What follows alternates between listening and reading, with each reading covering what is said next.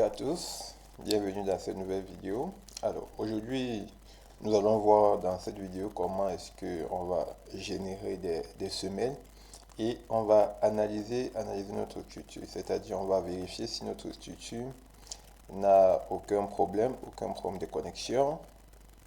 Donc si les poutres et les poteaux sont bien reliés entre eux.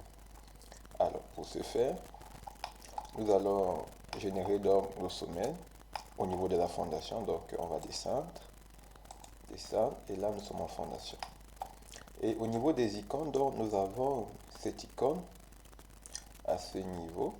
Vous allez voir générer, donc vous pouvez cliquer, vous restez un peu pour voir ce qui s'affiche, générer des semelles. Donc là ce sont des semelles. Donc on va cliquer dessus, générer, il va vous dire toutes les semelles existantes à l'étage numéro 1 seront préalablement supprimées. Vous dites OK. Et là, on voit bien que nos semelles ont été générées. Donc, bien évidemment, si vous faites la 3D, alors ici, vous ne verrez pas apparaître les semelles tout simplement parce que on va faire un prédimensionnement. Donc, c'est après le prédimensionnement que vos semelles seront donc visibles ici.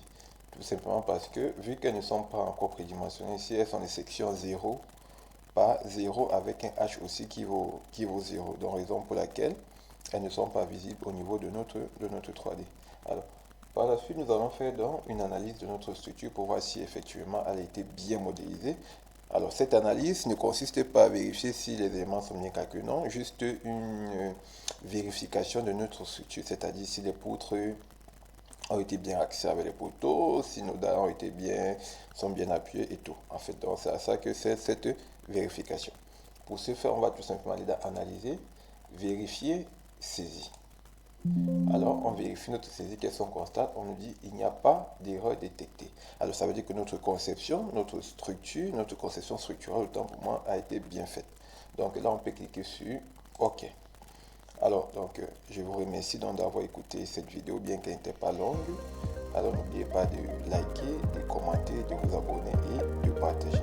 Dans la vidéo précédente, nous allons voir comment est-ce qu'on va régler nos paramètres de prédimensionnement afin de finalement lancer le prédimensionnement de notre structure. Donc, c'est à bientôt dans une prochaine vidéo.